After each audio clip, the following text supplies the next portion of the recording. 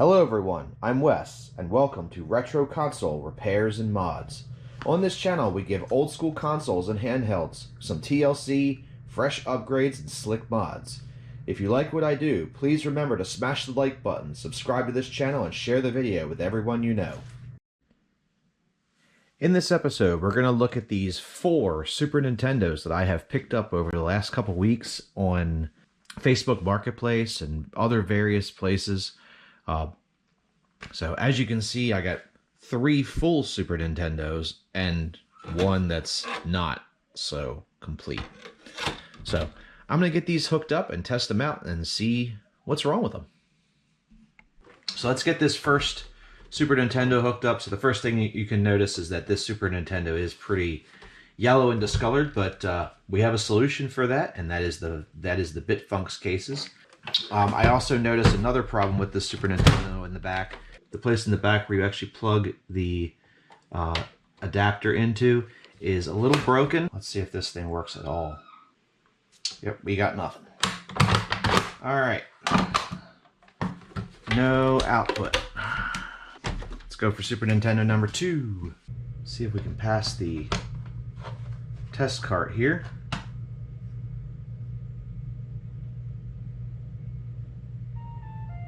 All right, that appears to be okay.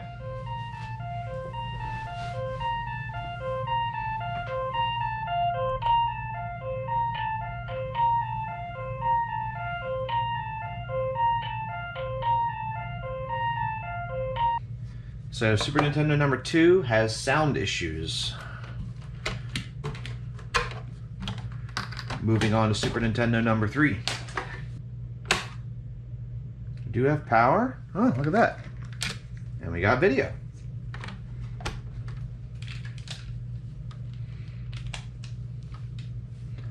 Let's run our burn-in test here. Everything there seems to pass. Let's try some other stuff. This one's always the really big test.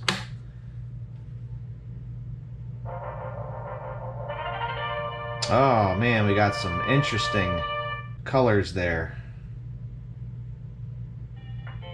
Alright, so if you think you know what's wrong with this one, leave a comment and let's and put a timestamp on it. And now for the last one. But the last one's going to be the fun one.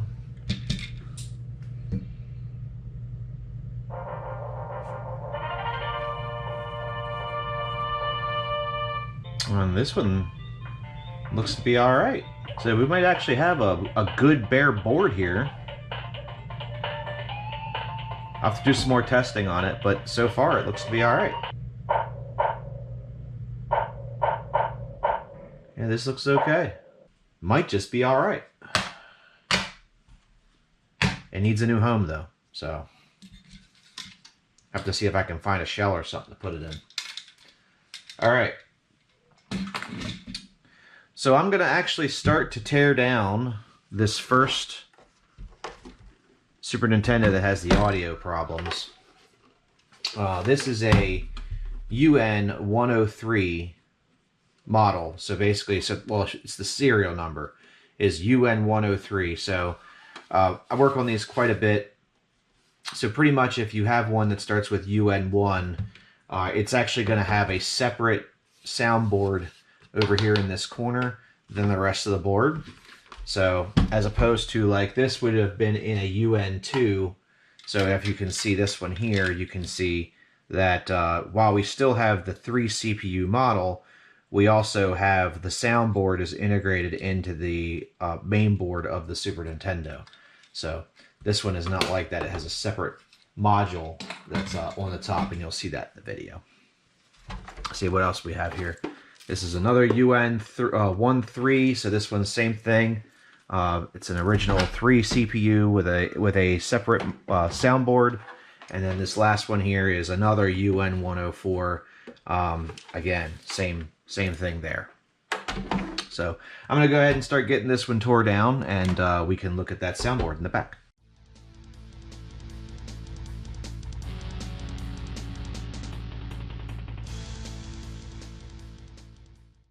And there you go. So here you can see that separate soundboard that I was telling you about earlier. I'm going to go ahead and remove this soundboard real quick and swap it out with a known good one and see if it actually will fix that issue.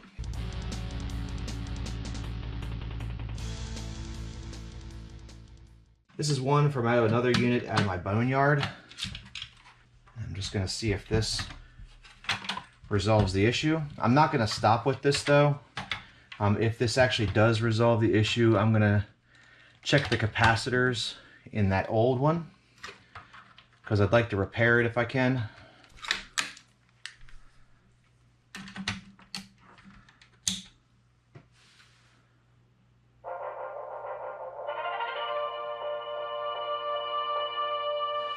That sounds pretty good. Let's listen to this, because this is what we tested the last time.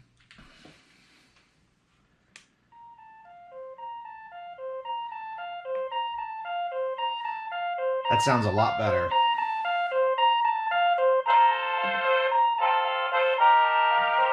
So now we got all the sound channels. We know that the issue lies somewhere in the soundboard.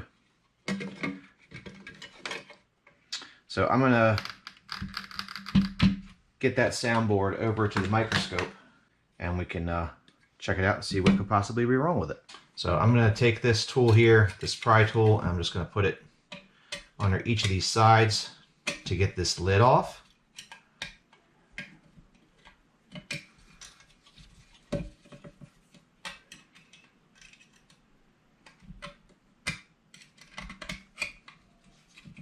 We're just going to work our way around until all four sides are off, and then there we are. Now we're going to use some solder wick, our soldering iron, a little bit of flux. This board is actually soldered to the top half of this, so we have to go around here and remove the solder from each of these areas, and then this board should come out.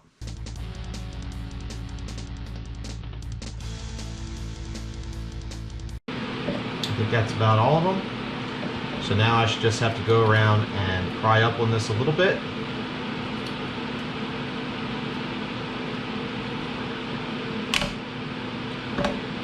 There we go.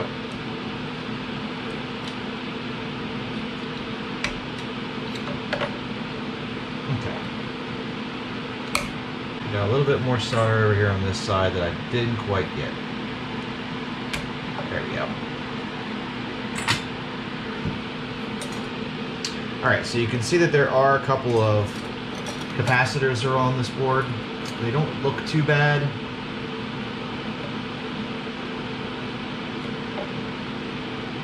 Overall, this board looks really good. Let's test out these capacitors by removing them from the board. The capacitors are 47 UF 10 volt capacitors. Now, I'm going to have to pull these out of line and see what they come out as. Alright, might as well get that done.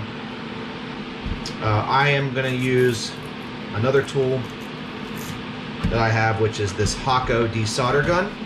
So here you go, you can see this Hakko desolder gun. These are kind of pricey. I do have one just for this situation because it makes, watch out camera, because it does make these types of situations extremely easy to remove these capacitors. You'll see just how easy it is here in just a minute. So all I'm going to do is put this on there. And there you go.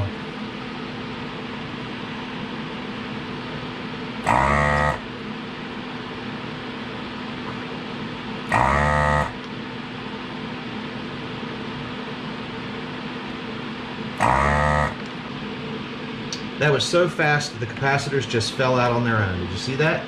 They just fell right out.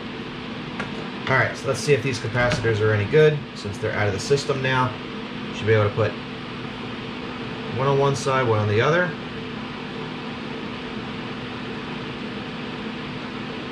.52 in that one. Both are 52. That would assume that they are good. Alright, so I've dug around on this board as much as I can. I can't find anything else that's wrong with it. So the only thing I can think of, I've checked all the resistors. I've replaced these two capacitors. I didn't think they were bad, so they turned out not to be. So the only thing I can think of is that one of these ICs could be bad. Either way, it's just not worth me messing with it. I have a ton of these things laying around from all the dead Super Nintendos that I've had come across my bench all the time. So I'm gonna roll with it. All right, so moving on to the next one. If you have an old yellow shell like this, go watch my video about the replacement Bitfunx shells, and get that thing a new shell. Your Super Nintendo deserves it. No Super Nintendo deserves this.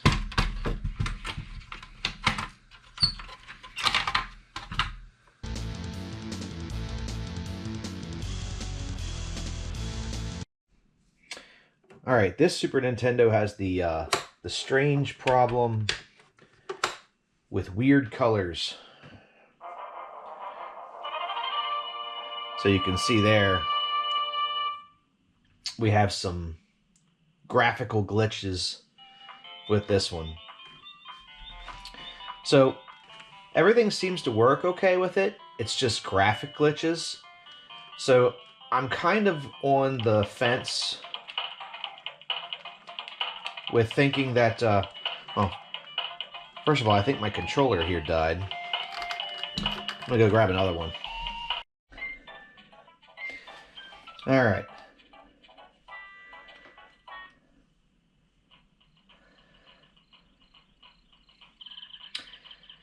Yeah, so we get to this point, and now the game won't load. So I'm gonna try to swap out PPU1. I have a suspicion that with the graphical anomalies and stuff that I've seen in this,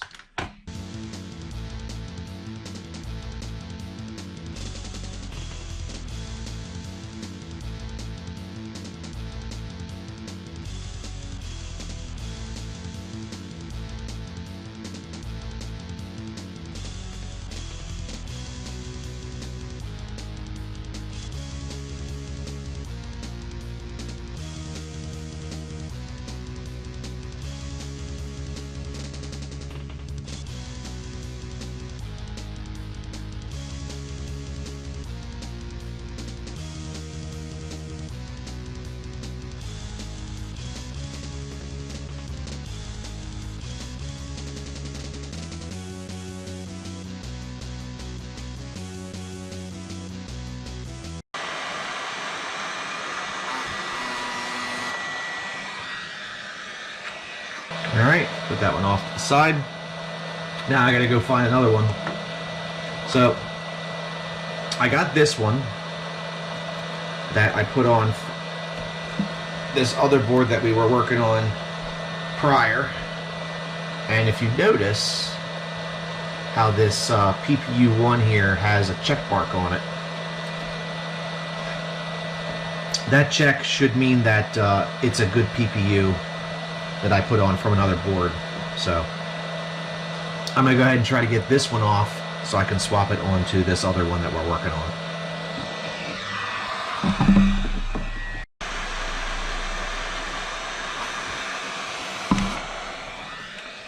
There we go. Let's get this CPU swapped over to this other board.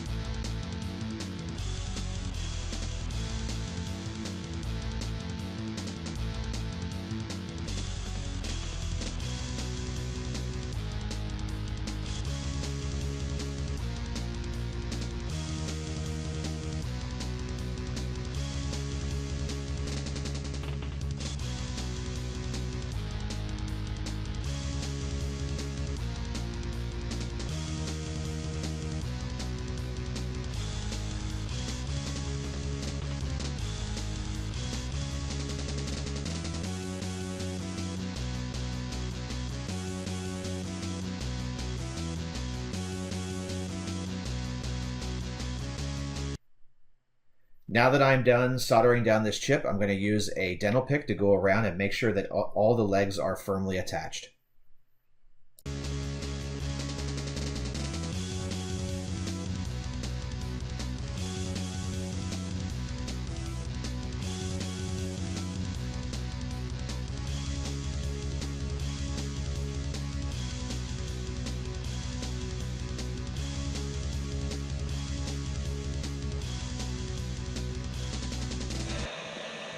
All right, I've got this thing back together. So we got a new PPU1 on here. Let's go ahead and turn this on.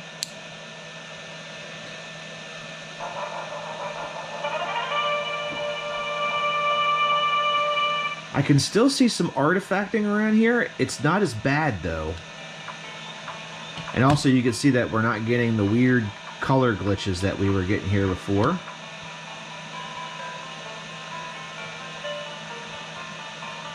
Is it possible that it has both a bad PPU and a bad CPU?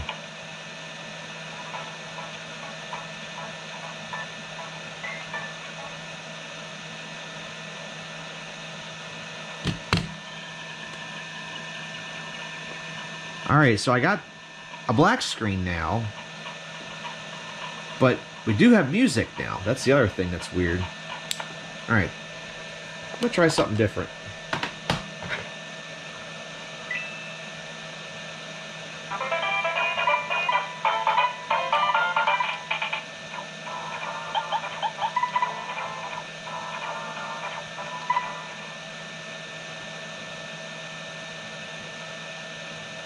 Yeah, we're still getting a black screen here.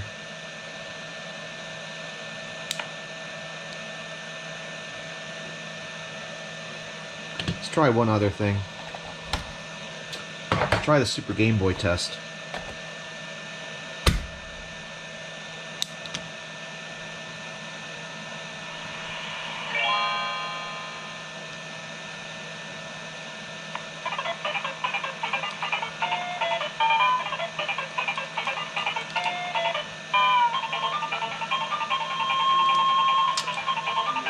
Yep, we froze up.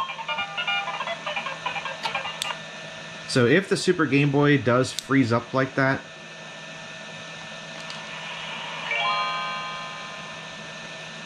I am really suspecting that it's a bad CPU. Alright. No big deal. I have one of these suspected good CPUs over here. So I'm going to go ahead and get that swapped out. So we're going to go ahead and swap this out for this one. I'll come back when it's done. Alright guys, I got this CPU replaced. And let's go ahead and give this a shot.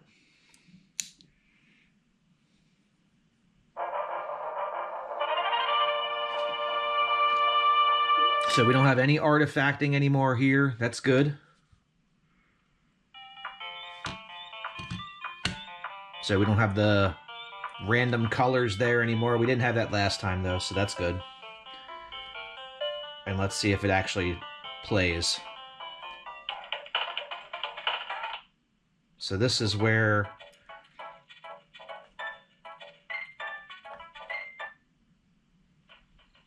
oh, look at that.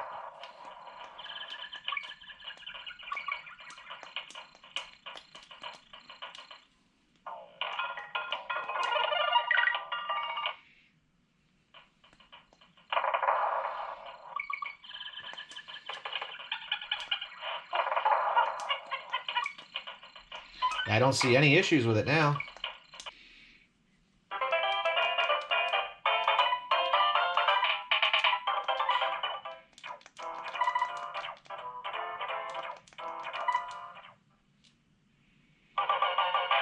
All right, that looks good.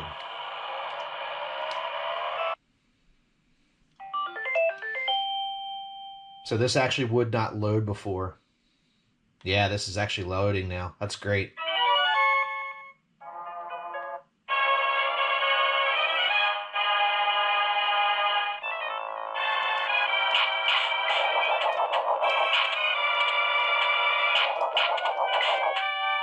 All right, I'm going to go ahead and run the burn-in test here for a little while. And then The last thing I'm going to do before I actually pack this up is I'm going to do a full recap, and then I'm going to replace this power inverter here because I don't want this going out with those original ones. All right. So I almost forgot about this one. So this board actually has a bad power port on the back of it. So here I have another replacement power port, and what we're going to do is we're going to get this power port replaced. So let's go ahead and get started on that.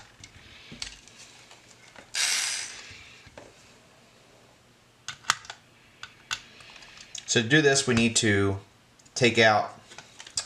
I know we got to take out this screw right here.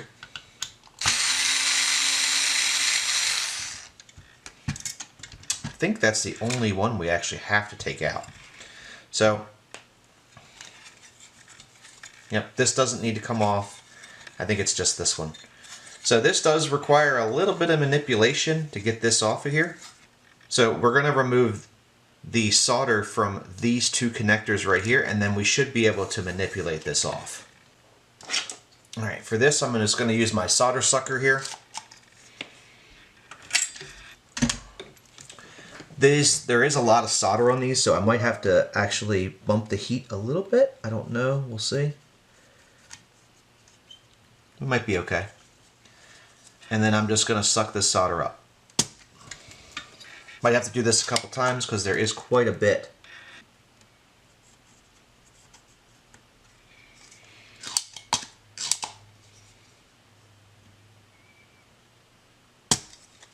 This little bit of solder, maybe I'll use some flux on it to kind of get the solder to flow onto the wick a little better.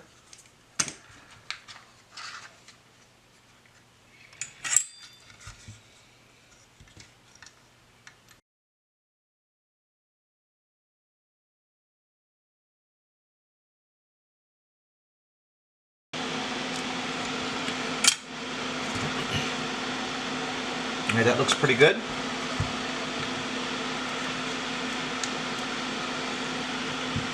So like I said, I'm going to try to manipulate this off.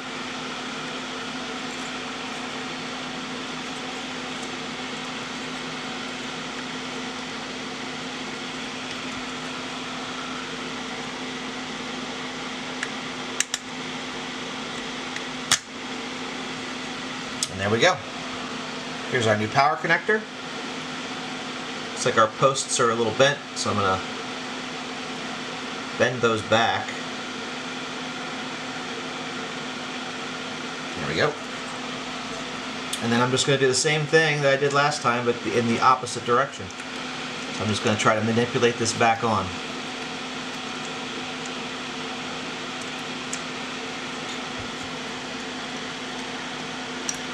Try not to flex this board too much. And there we go. So we're going to apply a little bit of flux here.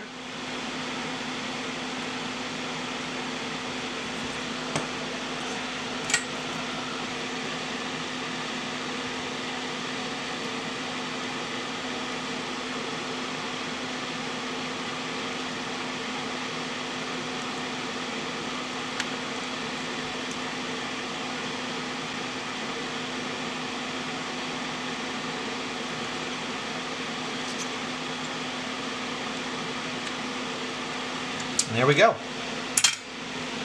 That's all done.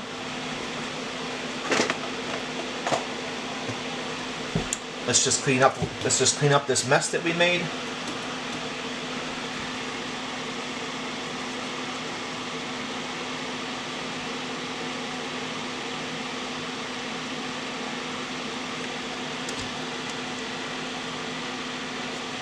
That's a good strong joint. All right. Turn this off and test this unit out, make sure it works. All right, here we go.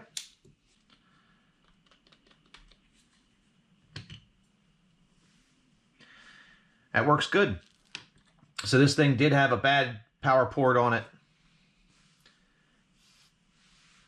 And I think that's all that was wrong with it. So again, I'm going to get a new shelf for this one. I got a capacitor kit coming for it.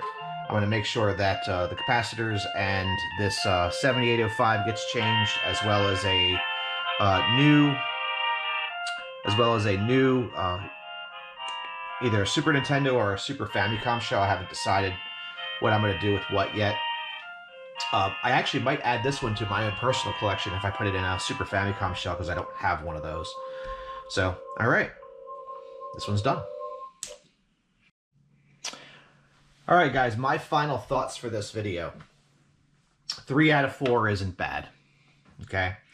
So I have a good board here, and I have 2 fully working units. Some advice for you all.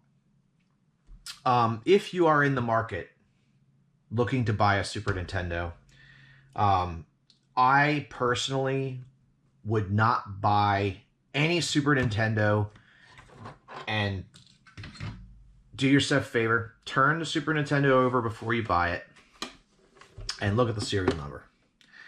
If the serial number is starts with UN1, I personally would stay away from it. These units are prone to CPU rot, PPU rot. I see way too many of them. If you look at the units that I have come across my bench, I have probably 7 of the first editions, the ones that start with UN1, and maybe like 2 of the UN2s. No 1 chips. So if it starts with UN31, that's awesome. Generally, if it starts with a UN31, it's going to be a SNES 1 chip, much more reliable than the 3 chip variant that you see here. But if I am going to buy a 3 chip variant, it's definitely going to be a UN2 or above. So thanks for hanging out with me. This has been a really tough video with the studio, trying to get the new lighting and the camera situation. I'm in the process of trying to get some software so that I can get the video and audio from multiple different sources and make this a bit easier on myself. But I'm going to edit this up. Thanks for hanging out, and I'll see you all the next time.